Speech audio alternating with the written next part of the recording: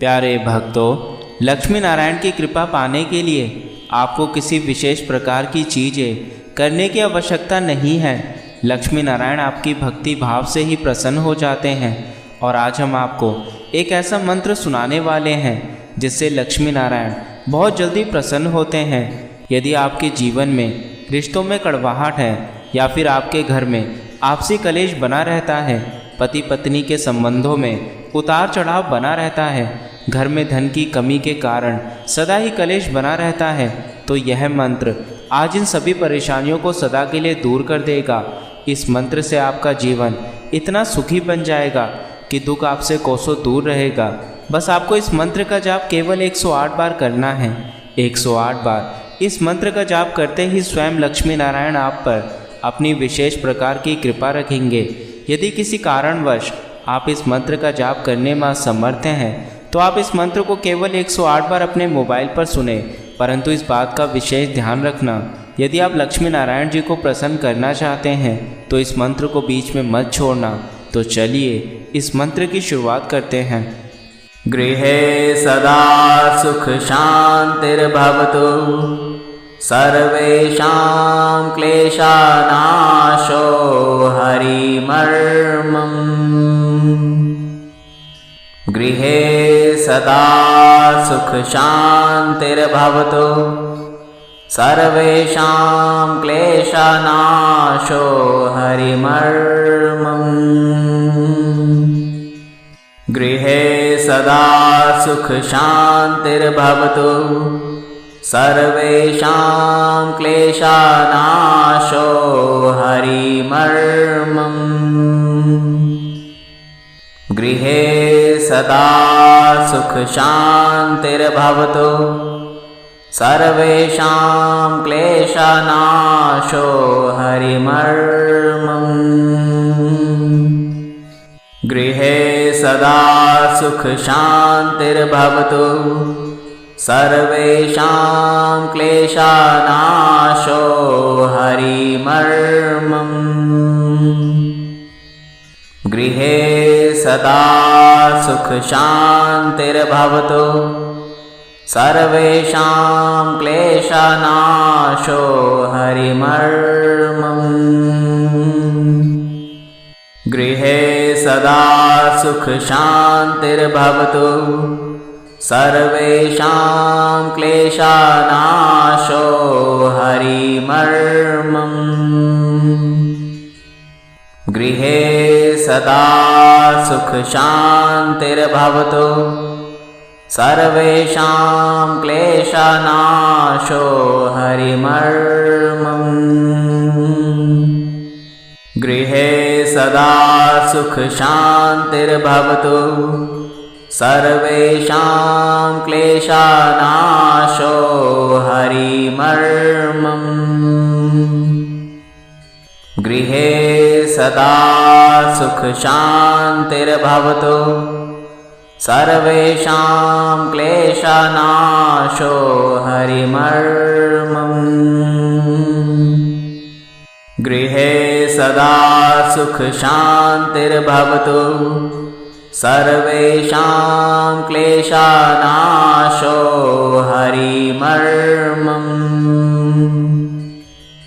गृहे सदा सुख शांतिर्भवतु, सर्वेषां क्लेशानाशो हरिमर्मम्। गृहे सदा सुख शांतिर्भवतु, सर्वेषां क्लेशानाशो हरिमर्मम्। गृहे सदा सुख शांतिर्भवतु, सर्वेषां क्लेशानाशो हरिमर्मम्। गृहे सदा सुख शांतिर्भवतु, सर्वेषां क्लेशानाशो हरिमर्मम्। गृहे सदा सुख शांतिर्भवतु, सर्वेषां क्लेशनाशो हरिमर्मम्। गृहे सदा सुखशान्तिर्भवतु सर्वेषां क्लेशनाशो हरिमर्मम्। गृहे सदा सुखशान्तिर्भवतु सर्वेषां क्लेशनाशो हरिमर्मम्। गृहे सदा सुखशान्तिर्भवतु सर्वेषां क्लेशनाशो हरिमर्मम्। गृहे सदा सुखशान्तिर्भवतु सर्वेषां क्लेशनाशो हरिमर्मम्। गृहे सदा सुखशान्तिर्भवतु सर्वेषां क्लेशनाशो हरिमर्मम्। गृहे सदा सुखशान्तिर्भवतु सर्वेषां क्लेशनाशो हरिमर्मम्। गृहे सदा सुखशान्तिर्भवतु सर्वेषां क्लेशनाशो हरिमर्मम्। गृहे सदा सुखशान्तिर्भवतु सर्वेषां क्लेशनाशो हरिमर्मम्। गृहे सदा सुखशान्तिर्भवतु सर्वेषां क्लेशनाशो हरिमर्मम्। गृहे सदा सुखशान्तिर्भवतु सर्वेषां क्लेशनाशो हरिमर्मम्। गृहे सदा सुखशान्तिर्भवतु सर्वेषां क्लेशनाशो हरिमर्मम्। गृहे सदा सुखशान्तिर्भवतु सर्वेषां क्लेशनाशो हरिमर्मम्। गृहे सदा सुखशान्तिर्भवतु सर्वेषां क्लेशनाशो हरिमर्मम्। गृहे सदा सुखशान्तिर्भवतु सर्वेषां क्लेशनाशो हरिमर्मम्। गृहे सदा सुखशान्तिर्भवतु सर्वेषां क्लेशनाशो हरिमर्मम्। गृहे सदा सुखशान्तिर्भवतु सर्वेषां क्लेशनाशो हरिमर्मम्। गृहे सदा सुखशान्तिर्भवतु सर्वेषां क्लेशनाशो हरिमर्मम्। गृहे सदा सुखशान्तिर्भवतु सर्वेषां क्लेशनाशो हरिमर्मम्। गृहे सदा सुखशान्तिर्भवतु सर्वेषां क्लेशनाशो हरिमर्मम्। गृहे सदा सुखशान्तिर्भवतु सर्वेषां क्लेशनाशो हरिमर्मम्। गृहे सदा सुखशान्तिर्भवतु सर्वेषां क्लेशानाशो हरिमर्मम्। गृहे सदा सुखशान्तिर्भवतु सर्वेषां क्लेशनाशो हरिमर्मम्। गृहे सदा सुखशान्तिर्भवतु सर्वेषां क्लेशनाशो हरिमर्मम्। गृहे सदा सुखशान्तिर्भवतु सर्वेषां क्लेशनाशो हरिमर्मम्। गृहे सदा सुखशान्तिर्भवतु सर्वेषां क्लेशनाशो हरिमर्मम्। गृहे सदा सुखशान्तिर्भवतु सर्वेषां क्लेशनाशो हरिमर्मम्।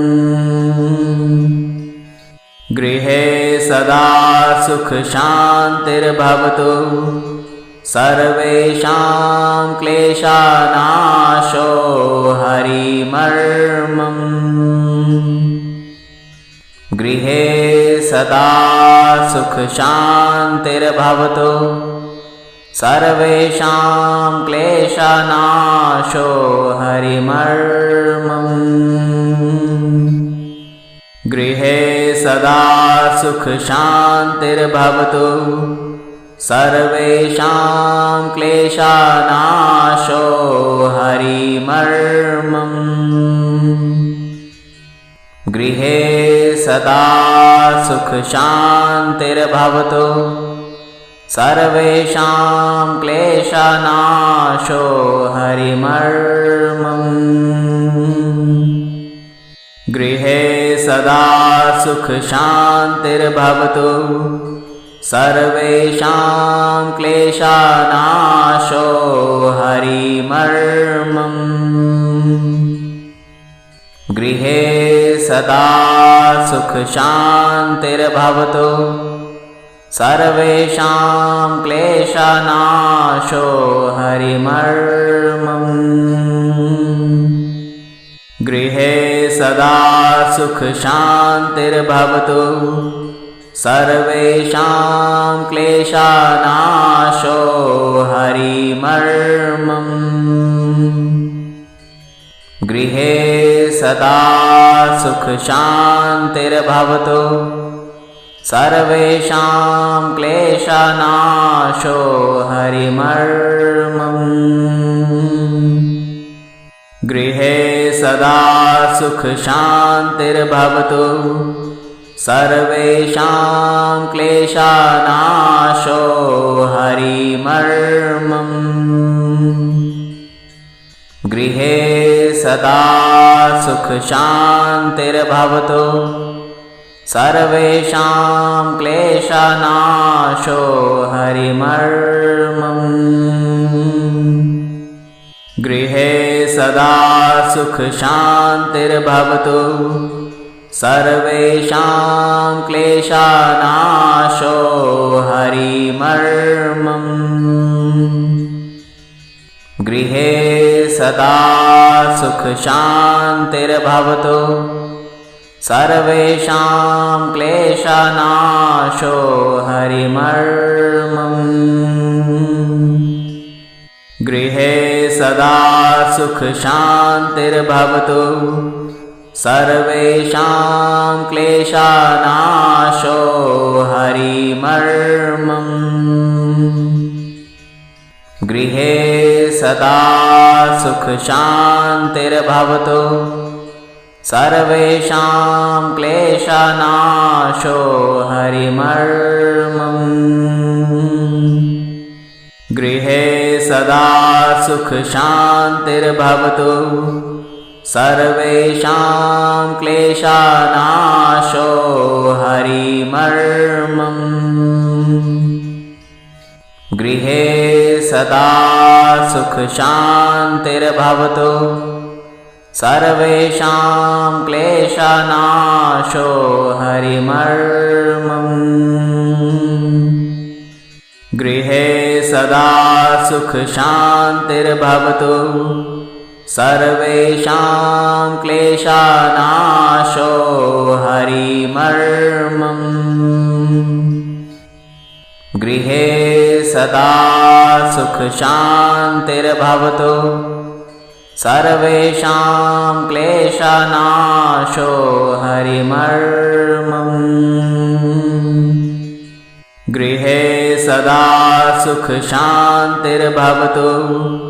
सर्वेषां क्लेशनाशो हरिमर्मम्।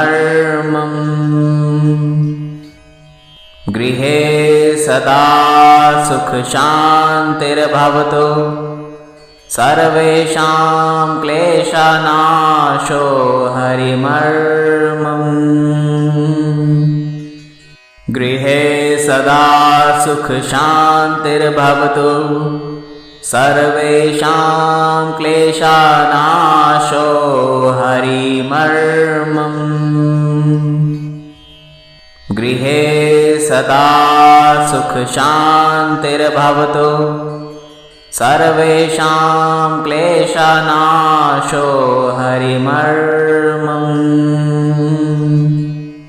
गृहे सदा सुखशान्तिर्भवतु, सर्वेषां क्लेशनाशो हरिमर्मम्। गृहे सदा सुखशान्तिर्भवतु, सर्वेषां क्लेशनाशो हरिमर्मम्। गृहे सदा सुखशान्तिर्भवतु, सर्वेषां क्लेशनाशो हरिमर्मम्। गृहे सदा सुखशान्तिर्भवतु, सर्वेषां क्लेशनाशो हरिमर्मम्। गृहे सदा सुखशान्तिर्भवतु, सर्वेषां क्लेशनाशो हरिमर्मम्। गृहे सदा सुखशान्तिर्भवतु, सर्वेषां क्लेशनाशो हरिमर्मम्। गृहे सदा सुखशान्तिर्भवतु, सर्वेषां क्लेशनाशो हरिमर्मम्। गृहे सदा सुखशान्तिर्भवतु, सर्वेषां क्लेशनाशो हरिमर्मम्। गृहे सदा सुखशान्तिर्भवतु, सर्वेषां क्लेशनाशो हरिमर्मम्। गृहे सदा सुखशान्तिर्भवतु, सर्वेषां क्लेशनाशो हरिमर्मम्। गृहे सदा सुखशान्तिर्भवतु, सर्वेषां क्लेशनाशो हरिमर्मम्। गृहे सदा सुखशान्तिर्भवतु, सर्वेषां क्लेशनाशो हरिमर्मम्। गृहे सदा सुखशान्तिर्भवतु, सर्वेषां क्लेशनाशो हरिमर्मम्। गृहे सदा सुखशान्तिर्भवतु, सर्वेषां क्लेशनाशो हरिमर्मम्। गृहे सदा सुखशान्तिर्भवतु, सर्वेषां क्लेशानाशो हरिमर्मम्। गृहे सदा सुखशान्तिर्भवतु सर्वेषां क्लेशनाशो हरिमर्मम्। गृहे सदा सुखशान्तिर्भवतु सर्वेषां क्लेशनाशो हरिमर्मम्। गृहे सदा सुखशान्तिर्भवतु सर्वेषां क्लेशनाशो हरिमर्मम्। गृहे सदा सुखशान्तिर्भवतु सर्वेषां क्लेशनाशो हरिमर्मम्। गृहे सदा सुखशान्तिर्भवतु सर्वेषां क्लेशनाशो हरिमर्मम्। गृहे सदा सुखशान्तिर्भवतु सर्वेषां क्लेशनाशो हरिमर्मम्। गृहे सदा सुखशान्तिर्भवतु सर्वेषां क्लेशनाशो हरिमर्मम्। गृहे सदा सुखशान्तिर्भवतु सर्वेषां क्लेशनाशो हरिमर्मम्। गृहे सदा सुखशान्तिर्भवतु सर्वेषां क्लेशनाशो हरिमर्मम्। गृहे सदा सुखशान्तिर्भवतु सर्वेषां क्लेशनाशो हरिमर्मम्। गृहे सदा सुखशान्तिर्भवतु सर्वेषां क्लेशनाशो हरिमर्मम्। गृहे सदा सुखशान्तिर्भवतु सर्वेषां क्लेशनाशो हरिमर्मम्। गृहे सदा सुखशान्तिर्भवतु सर्वेषां क्लेशनाशो हरिमर्मम्। गृहे सदा सुखशान्तिर्भवतु सर्वेषां क्लेशनाशो हरिमर्मम्। गृहे सदा सुखशान्तिर्भवतु सर्वेषां क्लेशनाशो हरिमर्मम्। गृहे सदा सुखशान्तिर्भवतु सर्वेषां क्लेशनाशो हरिमर्मम्। गृहे सदा सुखशान्तिर्भवतु सर्वेषां क्लेशनाशो हरिमर्मम्। गृहे सदा सुखशान्तिर्भवतु सर्वेषां क्लेशनाशो हरिमर्मम्। गृहे सदा सुखशान्तिर्भवतु सर्वेषां क्लेशनाशो हरिमर्मम्। गृहे सदा सुखशान्तिर्भवतु सर्वेषां क्लेशनाशो हरिमर्मम्। गृहे सदा सुखशान्तिर्भवतु सर्वेषां क्लेशनाशो हरिमर्मम्। गृहे सदा सुखशान्तिर्भवतु, सर्वेषां क्लेशनाशो हरिमर्मम्। गृहे सदा सुखशान्तिर्भवतु, सर्वेषां क्लेशनाशो हरिमर्मम्। गृहे सदा सुखशान्तिर्भवतु, सर्वेषां क्लेशनाशो हरिमर्मम्। गृहे सदा सुखशान्तिर्भवतु, सर्वेषां क्लेशनाशो हरिमर्मम्।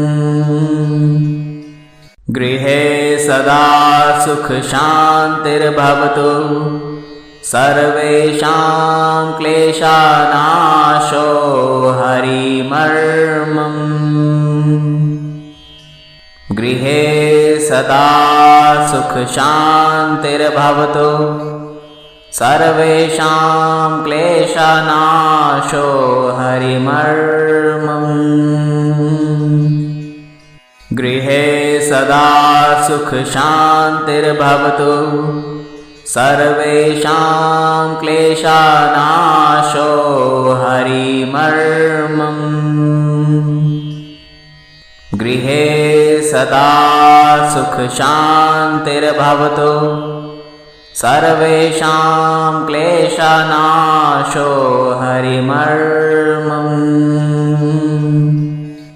गृहे सदा सुखशान्तिर्भवतु, सर्वेषां क्लेशनाशो हरिमर्मम्। गृहे सदा सुखशान्तिर्भवतु, सर्वेषां क्लेशनाशो हरिमर्मम्।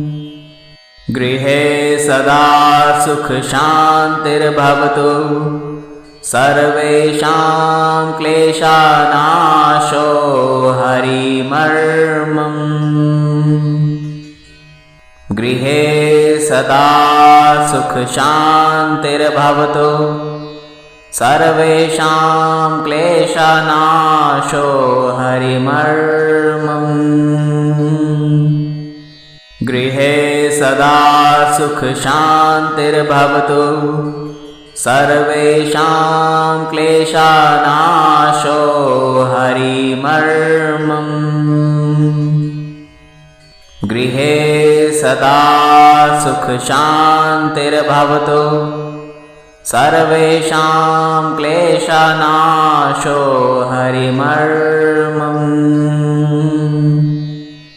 गृहे सदा सुखशान्तिर्भवतु, सर्वेषां क्लेशनाशो हरिमर्मम्।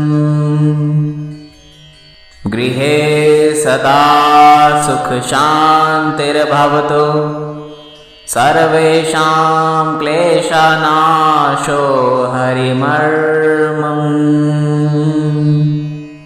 गृहे सदा सुखशान्तिर्भवतु, सर्वेषां क्लेशनाशो हरिमर्मम्।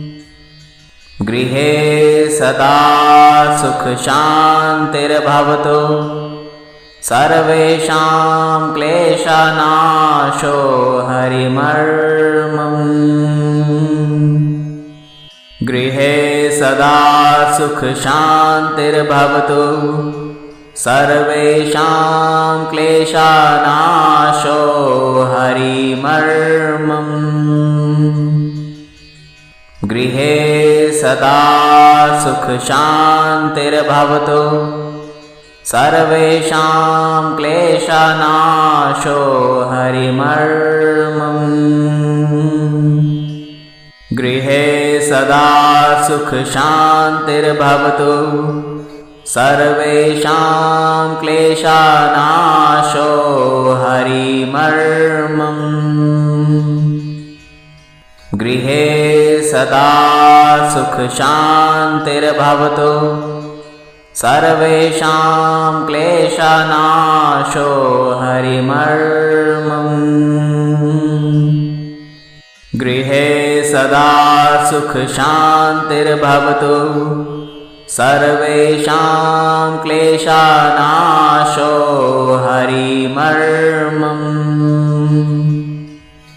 गृहे सदा सुखशान्तिर्भवतु सर्वेषां क्लेशनाशो हरिमर्मम्। गृहे सदा सुखशान्तिर्भवतु सर्वेषां क्लेशनाशो हरिमर्मम्। गृहे सदा सुखशान्तिर्भवतु सर्वेषां क्लेशनाशो हरिमर्मम्। गृहे सदा सुखशान्तिर्भवतु सर्वेषां क्लेशनाशो हरिमर्मम्। गृहे सदा सुखशान्तिर्भवतु सर्वेषां क्लेशनाशो हरिमर्मम्। गृहे सदा सुखशान्तिर्भवतु सर्वेषां क्लेशनाशो हरिमर्मम्। गृहे सदा सुखशान्तिर्भवतु सर्वेषां क्लेशनाशो हरिमर्मम्। गृहे सदा सुखशान्तिर्भवतु सर्वेषां क्लेशनाशो हरिमर्मम्। गृहे सदा सुखशान्तिर्भवतु सर्वेषां क्लेशनाशो हरिमर्मम्। गृहे सदा सुखशान्तिर्भवतु सर्वेषां क्लेशनाशो हरिमर्मम्। गृहे सदा सुखशान्तिर्भवतु सर्वेषां क्लेशनाशो हरिमर्मम्। गृहे सदा सुखशान्तिर्भवतु सर्वेषां क्लेशनाशो हरिमर्मम्। गृहे सदा सुखशान्तिर्भवतु सर्वेषां क्लेशनाशो हरिमर्मम्। गृहे सदा सुखशान्तिर्भवतु सर्वेषां क्लेशनाशो हरिमर्मम्। गृहे सदा सुखशान्तिर्भवतु सर्वेषां क्लेशनाशो हरिमर्मम्। गृहे सदा सुखशान्तिर्भवतु सर्वेषां क्लेशनाशो हरिमर्मम्। गृहे सदा सुखशान्तिर्भवतु सर्वेषां क्लेशनाशो हरिमर्मम्। गृहे सदा सुखशान्तिर्भवतु सर्वेषां क्लेशनाशो हरिमर्मम्। गृहे सदा सुखशान्तिर्भवतु सर्वेषां क्लेशनाशो हरिमर्मम्। गृहे सदा सुखशान्तिर्भवतु, सर्वेषां क्लेशनाशो हरिमर्मम्। गृहे सदा सुखशान्तिर्भवतु, सर्वेषां क्लेशनाशो हरिमर्मम्। गृहे सदा सुखशान्तिर्भवतु, सर्वेषां क्लेशनाशो हरिमर्मम्। गृहे सदा सुखशान्तिर्भवतु, सर्वेषां क्लेशनाशो हरिमर्मम्।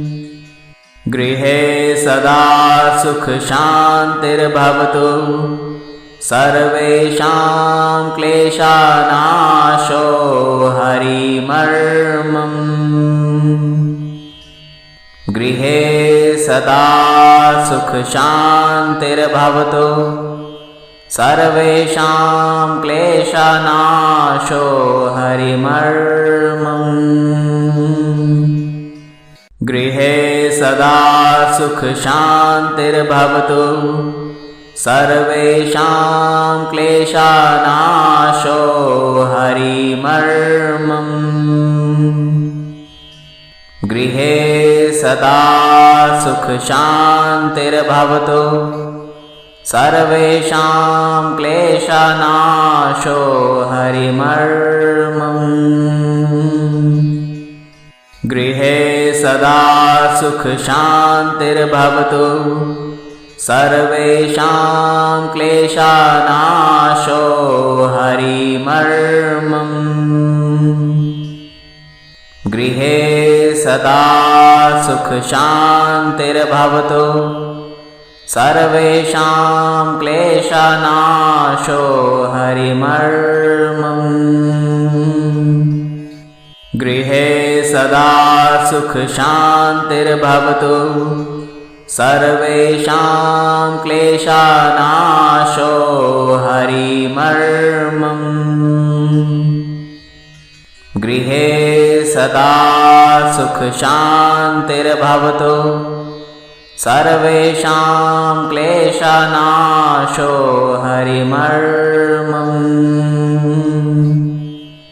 गृहे सदा सुखशान्तिर्भवतु, सर्वेषां क्लेशनाशो हरिमर्मम्। गृहे सदा सुखशान्तिर्भवतु, सर्वेषां क्लेशनाशो हरिमर्मम्। गृहे सदा सुखशान्तिर्भवतु, सर्वेषां क्लेशनाशो हरिमर्मम्। गृहे सदा सुखशान्तिर्भवतु, सर्वेषां क्लेशनाशो हरिमर्मम्। गृहे सदा सुखशान्तिर्भवतु, सर्वेषां क्लेशनाशो हरिमर्मम्। गृहे सदा सुखशान्तिर्भवतु, सर्वेषां क्लेशनाशो हरिमर्मम्। गृहे सदा सुखशान्तिर्भवतु, सर्वेषां क्लेशनाशो हरिमर्मम्। गृहे सदा सुखशान्तिर्भवतु, सर्वेषां क्लेशनाशो हरिमर्मम्। गृहे सदा सुखशान्तिर्भवतु, सर्वेषां क्लेशनाशो हरिमर्मम्। गृहे सदा सुखशान्तिर्भवतु सर्वेषां क्लेशनाशो हरिमर्मम्। गृहे सदा सुखशान्तिर्भवतु सर्वेषां क्लेशनाशो हरिमर्मम्।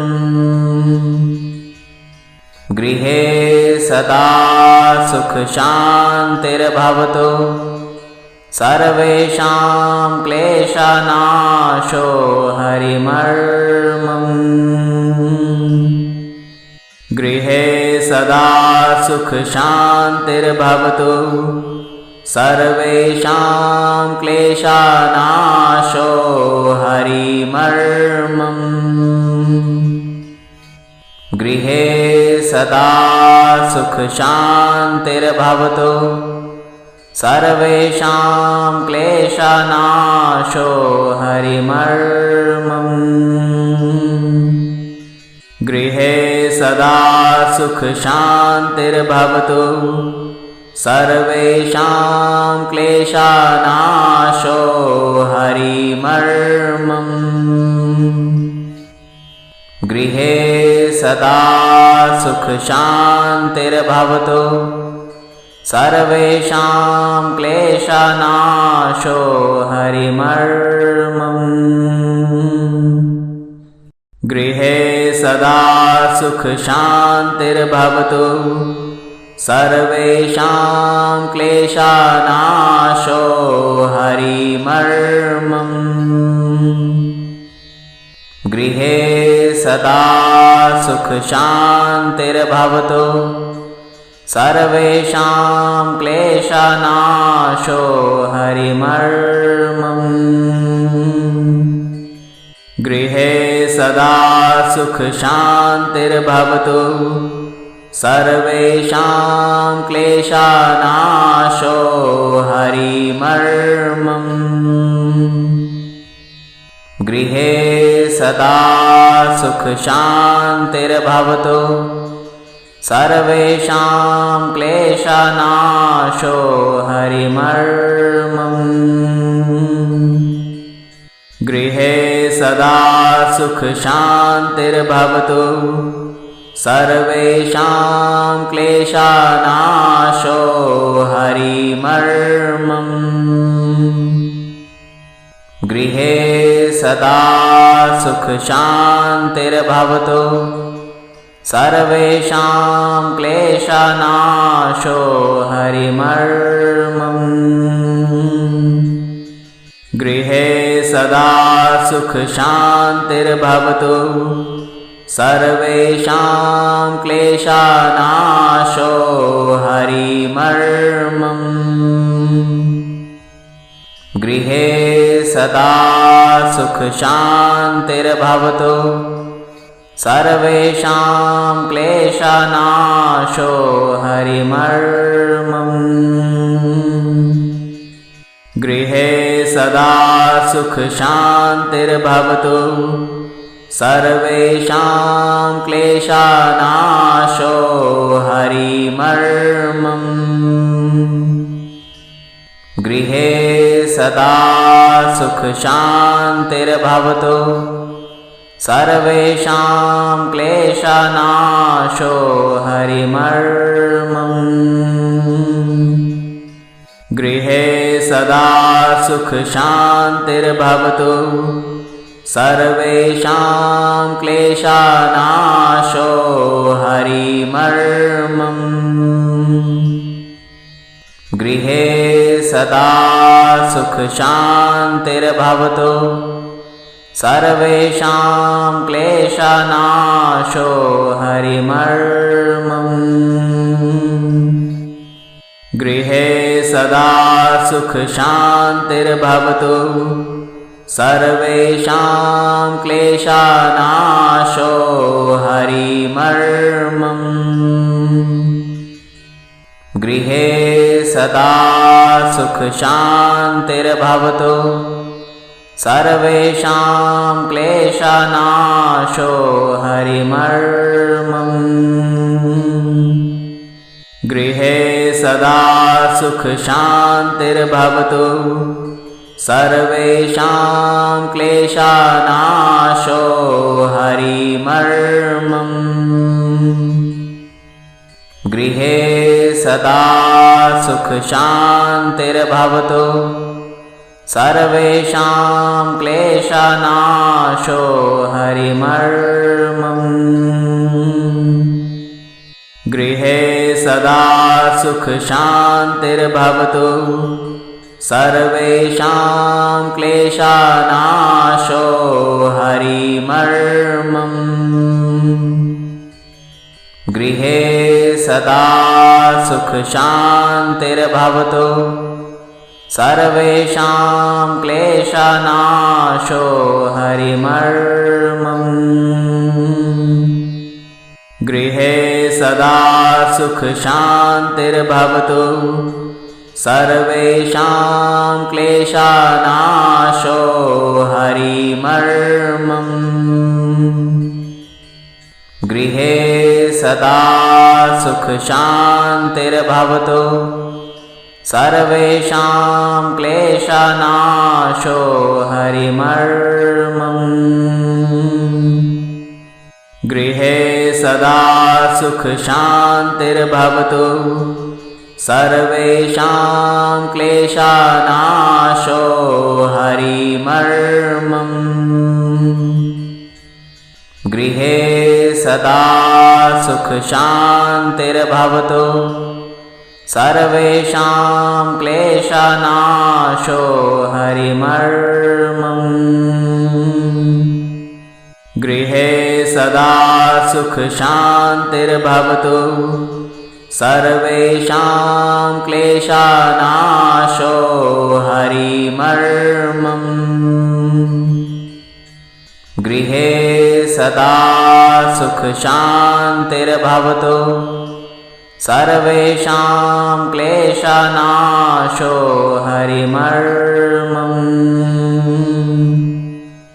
गृहे सदा सुखशान्तिर्भवतु सर्वेषां क्लेशनाशो हरिमर्मम्। गृहे सदा सुखशान्तिर्भवतु सर्वेषां क्लेशनाशो हरिमर्मम्। गृहे सदा सुखशान्तिर्भवतु सर्वेषां क्लेशनाशो हरिमर्मम्। गृहे सदा सुखशान्तिर्भवतु सर्वेषां क्लेशनाशो हरिमर्मम्। गृहे सदा सुखशान्तिर्भवतु सर्वेषां क्लेशनाशो हरिमर्मम्। गृहे सदा सुखशान्तिर्भवतु सर्वेषां क्लेशनाशो हरिमर्मम्। गृहे सदा सुखशान्तिर्भवतु सर्वेषां क्लेशनाशो हरिमर्मम्।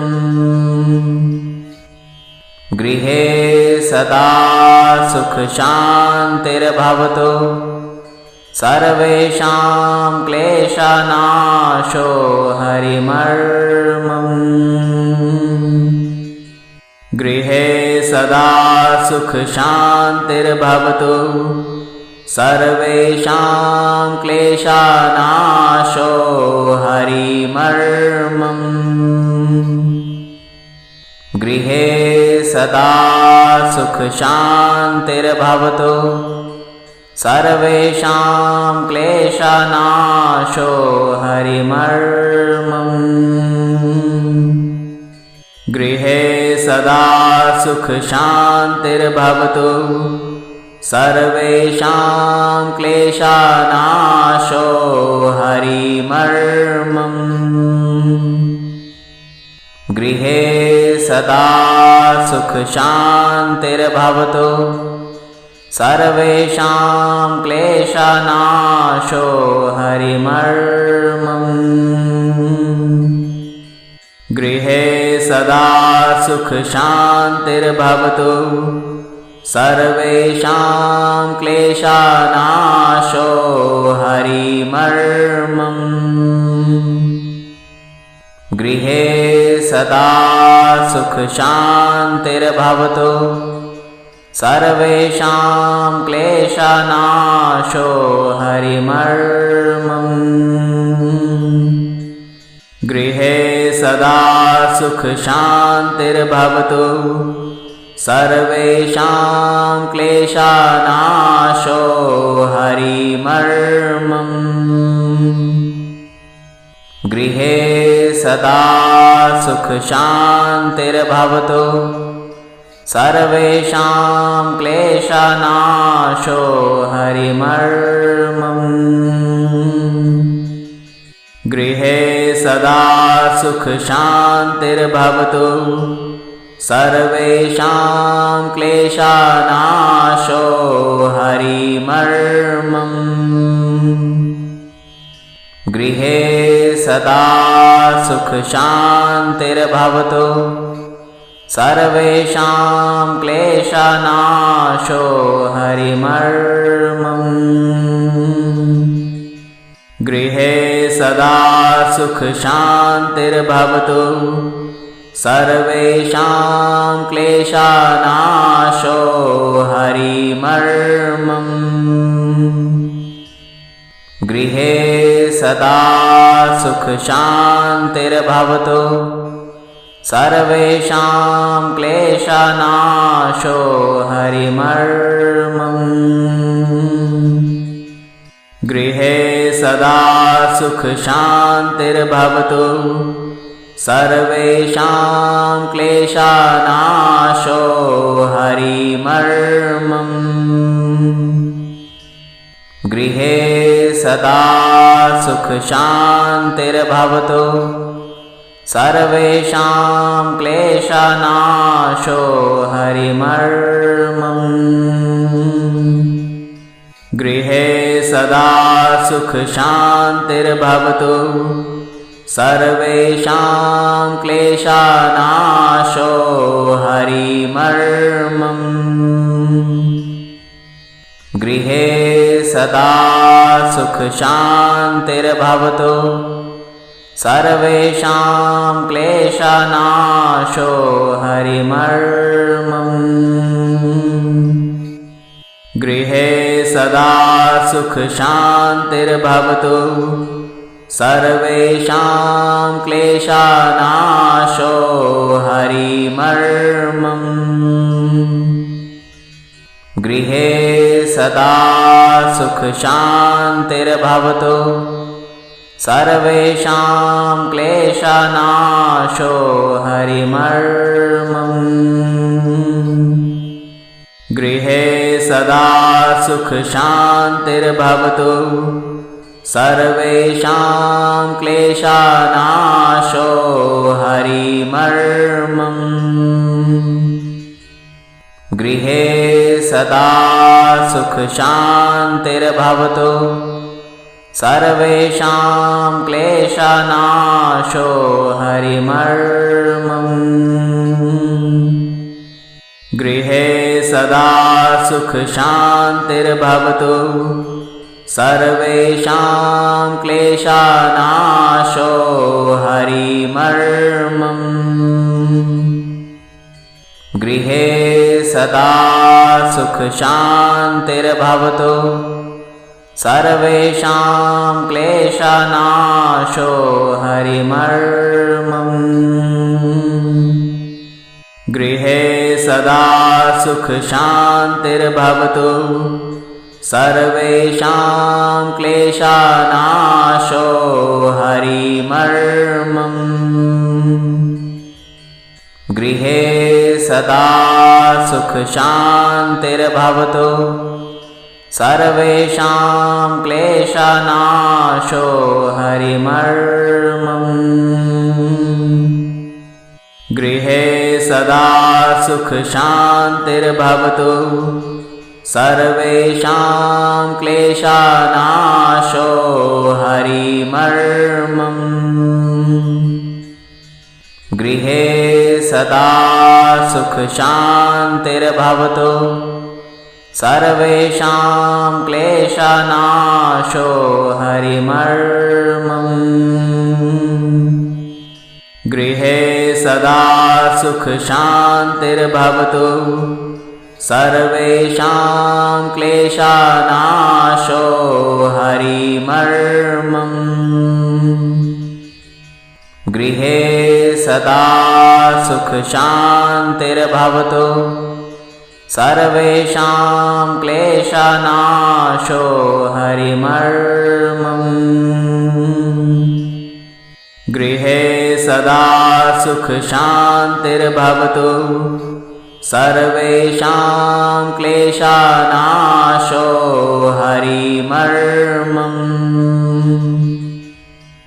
गृहे सदा सुख शान्तिर्भवतु सर्वेषां क्लेशनाशो हरिमर्मम्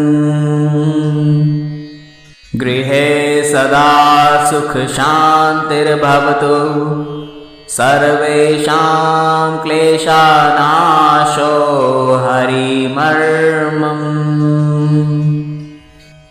गृहे सदा सुख शान्तिर्भवतु सर्वेषां क्लेशनाशो हरिमर्मम् गृहे सदा सुख शान्तिर्भवतु सर्वेषां क्लेशनाशो हरिमर्मम् गृहे सदा सुख शान्तिर्भवतु सर्वेषां क्लेशनाशो हरिमर्मम् गृहे सदा सुख शान्तिर्भवतु सर्वेषां क्लेशनाशो हरिमर्मम् गृहे सदा सुख शान्तिर्भवतु सर्वेषां क्लेशनाशो हरिमर्मम् गृहे सदा सुख शान्तिर्भवतु सर्वेषां क्लेशनाशो हरिमर्मम् गृहे सदा सुख शान्तिर्भवतु सर्वेषां क्लेशनाशो हरिमर्मम् गृहे सदा सुख शान्तिर्भवतु सर्वेषां क्लेशनाशो हरिमर्मम् गृहे सदा सुख शान्तिर्भवतु सर्वेषां क्लेशनाशो हरिमर्मम् गृहे सदा सुख शान्तिर्भवतु सर्वेषां क्लेशनाशो हरिमर्मम्